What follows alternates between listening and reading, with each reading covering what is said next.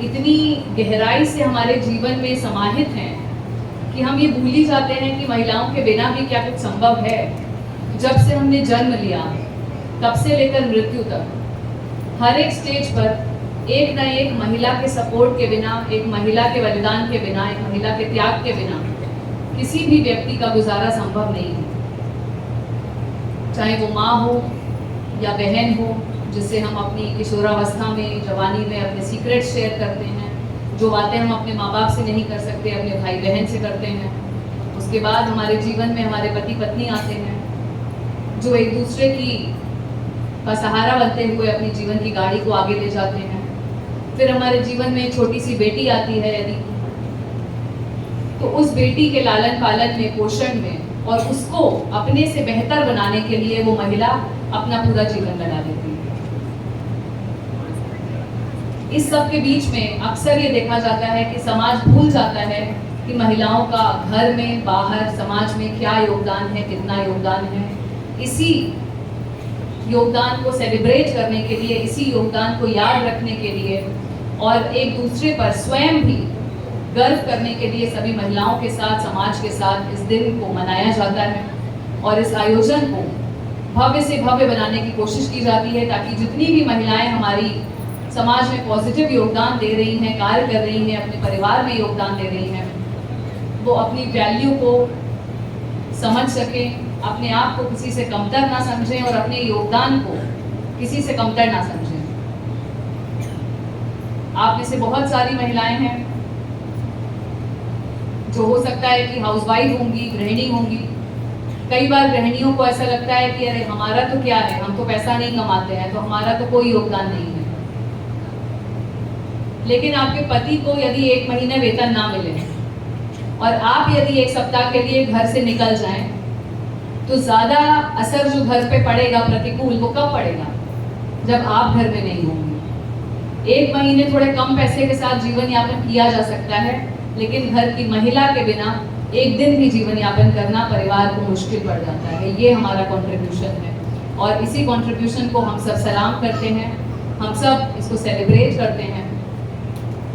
और अब जब घर से बाहर निकलकर महिलाएं हर क्षेत्र में, चाहे वो कितना भी कठिन से कठिन क्षेत्र माना जाता हो महिलाओं के लिए या पूर्व में माना जाता रहा हो, हर एक जगह पर महिलाओं ने ये साबित करके दिखाया है कि हम किसी से कम नहीं हैं, बशर्ते हमें अवसर प्रदान किए जाएं, हमें कैपेबिलिटी दी जाए, हमें प्रशिक्षण दिया जाए।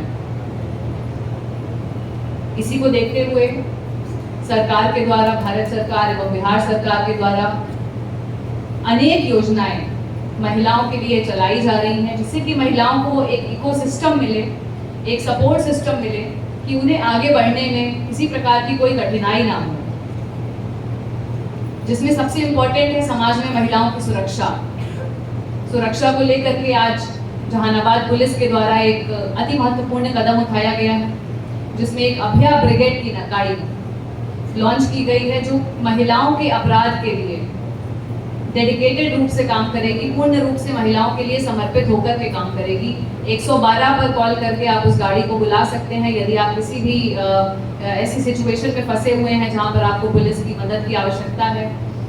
इसके अलावा विभिन्न योजनाएं जो जन्म से लेकर के पढ़ाई पूरी होने में, विवाह होने में, उच्च शिक्षा के लिए जाने में चलाई जा रही है महिलाओं के लिए, लड़कियों के लिए, उन सभी योजनाओं का अनेक महिलाएं लाभ उठा रही हैं। लेकिन इस सब के बावजूद ये हमें अपने अंतर मन से पूछना है कि क्या आज की डेट में तमाम एक्ट, तमाम सजाएं होने के बावजूद क्या घरेलू हिंसा खत्म हो गई है? अगर खत्म नहीं हुई है तो उसको कम करने के लिए, कम से कम अपने परिवार से उसे जड़ से मिटाने के लिए, अपने आसपास के परिवार से जड़ से मिटाने के लिए हम क्या योगदान कर सकते हैं, इसके बारे में सोचने की आवश्यकता है। पढ़ाई के लिए बच्चियों को आगे बढ़ाने के लिए इतनी सारी सहूलियत, पोशाक की, फीस की, छात्रवृत्ति की, साइकिल की, सभी कुछ दिया जा रहा है। इसके बावजूद ये देखा जाता है कि कई बार बाल विवाह के उदाहरण सामने आते हैं। आज भी हम बिहार को बाल विवाह मुक्त नहीं बना सके हैं। आज यहाँ पर हमारी जितनी भी बच्चियाँ, हमारी यंग महिलाएं, जिसमें से कई आशा दीदियाँ हैं, आंगनबाड़ी की सेविकाएं हैं, पुलिस की तरफ से भी महिलाएं हैं, मैं आप लोगों से ये गुजारिश करूंगी कि कृपया अपने समाज के आंख और नाक बनकर जहानाबाद को बाल विवाह मुक्त बनाने में अपना योगदान दें। कहीं पर भी इस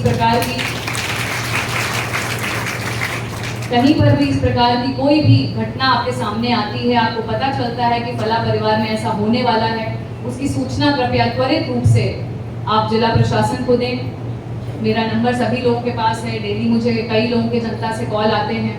वेबसाइट पर हमारे नंबर्स हैं, एसपी साहब के नंबर हैं, 112 है, एसडीएम साहब के नंबर हैं, यहाँ डीडीसी मैडम बैठी हुई हैं। पूरा प्रशासन बाल विवाह मुक्त बनाने के लिए जहानाबाद के लिए सदैव तत्पर रहेगा, क्योंकि ये एक ऐसी चीज है जो केवल उस बच्ची के भविष्य को खराब नहीं करती है जिसका विवाह हो रहा है, ये पूरी उसकी आने वाली पीढ़ी को भी खराब करती है।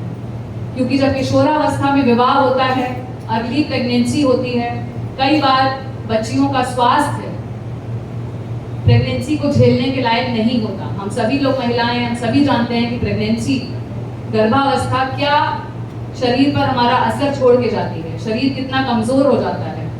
हम नहीं एक्सपेक्ट कर सकते कि 15-16 साल की बच्ची गर्भावस्था धारण करके, कई बार मल्टीपल प्रेगनेंसीज भी हो जाती हैं टीनेज में, वो एक स्वस्थ बच्चे को जन्म देगी। जब वो खुद अनीमिक है, उसके शरीर में स्वयं खून की कमी है, उसका वेट कम है, तो वो कैसे एक स्वस्थ बच्चे को जन्म देगी? और जब कल को एक स्वस्थ बच्चा जन्म नहीं देगा तो हमारी आने वाली पीढ़ी भी स्वस्थ नहीं होगी और समृद्ध नहीं होगी, क्योंकि एक स्वस्थ शरीर में ही एक स्वस्थ मस्तिष्क निवास करता है। ये हम सभी लोगों ने सुना है।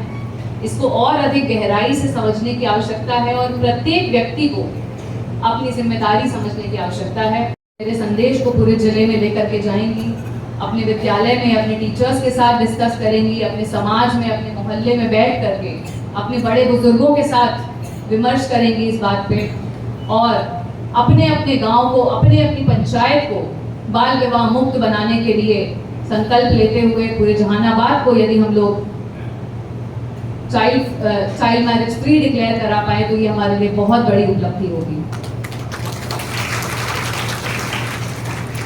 इसी के साथ साथ मैं आज उन सभी पुरुषों को भी सलाम करती हूँ जिनके सपोर्ट के कारण मेरे जैसी बेटियाँ, आपकी जैसी बेटियाँ समाज में आगे बढ़ पाई हैं। हमारे भाई जिन्होंने हमें हरदम अपना साथ दिया है, सुरक्षा दी है। आप लोगों के सपोर्ट के बिना कोई महिला आगे नहीं बढ़ सकती है, आपकी बेटियाँ अपने पोटेंशियल को रीच नहीं कर सकती है। ताकत सबके पास है, उस ताकत को लेकिन टैलेंट को निखारना पड़ता है। हीरा तभी बनता है जब कोयले को घिसा जाता है। कोयले को घिसने वाला वो कारीगर चाहिए। वो कारीगर कौन है? हमारे पेरेंट्स हैं, हमारे टीचर्स हैं, हमारा समाज है। तो जब तक तराशा नहीं जाएगा तब तक हमारी बेटियों के अंदर जो हीरे छुपे हुए हैं वो निकल करके बाहर नहीं आएंगे। तो आइए आज हम लोग सब ये संकल्प लेकर के अपनी बात को समाप्त करें कि हम सभी जहानाबाद की बेटियों को और बेटों को भी साथ में, सभी बच्चों को हीरा बनाने में अपना पूरा कंट्रीब्यूशन देंगे और समाज की कुरीतियों से दूर रहने में अपने परिवार का भी साथ देंगे और बाकी लोगों को भी प्रेरित करेंगे कि इस प्रकार की कुरीतियों से अपने आप को दूर रखें। बहुत बहुत धन्यवाद यहाँ पर आज आने के लिए। एक बार फिर शुभकामनाएं। जय हिंद, जय भारत।